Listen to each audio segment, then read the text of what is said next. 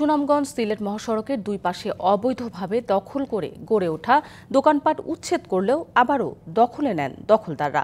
দখলদারদের বিরুদ্ধে আইনানুগ ব্যবস্থা গ্রহণ, উচ্ছেদ পরবর্তী সংরক্ষণ ও দেখভাল না করায় উচ্ছেদের সুফল আসছে না বলছেন সংশ্লিষ্টরা। গেল 15ই জানুয়ারি সুনামগঞ্জের ওয়েস্টখালী থেকে জাওয়া বাজার পর্যন্ত উচ্ছেদ অভিযান পরিচালনা করে সড়ক ও জনপথ বিভাগ।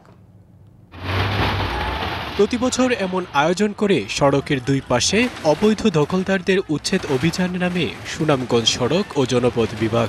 এতে ক্ষতিগ্রস্ত হয় অবৈধভাবে দখলে নেয়া নিম্ন আয়ের এসব দোকানিরা। তবে উচ্ছেদ নয়, দখলদারদের বিরুদ্ধে আইনানুগ ব্যবস্থা গ্রহণ, উচ্ছেদ পরবর্তী সংরক্ষণ ও দেখভাল না করার কারণে উচ্ছেদে কোনো লাভ হয় না বলছেন সংশ্লিষ্টরা। এতে প্রতি বছর অনেক টাকা অপচয় হয় সরকারের। সকালে আইয়া তো আমরা সমস্ত মাল সামানা সহ বারে গোটা ফেলাইয়া দিছে। ফার্স্ট টাইম এটা সময় চাইছে কিন্তু কোনো সময় দেয় নাই। আমাদেরকে বেশি একটু সময় দেওয়া হয় নাই, আমরা মালামাল কিছু বার করতে পারি নাই। যে সময় ভাঙাচোরা হয়, সরকারের টাকা আর্থিক নষ্ট হয়, পরবর্তীতে কোনো পদক্ষেপ নেয় না, আবার যেই স্থানে সেই স্থানে আবার দখল হয়ে যায়।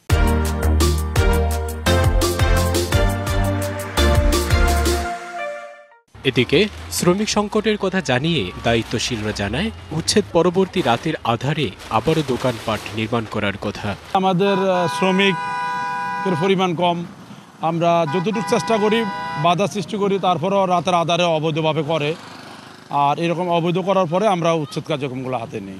উচ্ছেদ পরবর্তী সড়কের জায়গা সংরক্ষণ ও দেখভাল করলে দখল হবে না সড়কের জায়গা। এতে প্রতি বছর অবৈধ দখলদারদের উচ্ছেদে সরকারের অতিরিক্ত টাকাও ব্যয় করতে হবে না বলছেন সংশ্লিষ্টরা।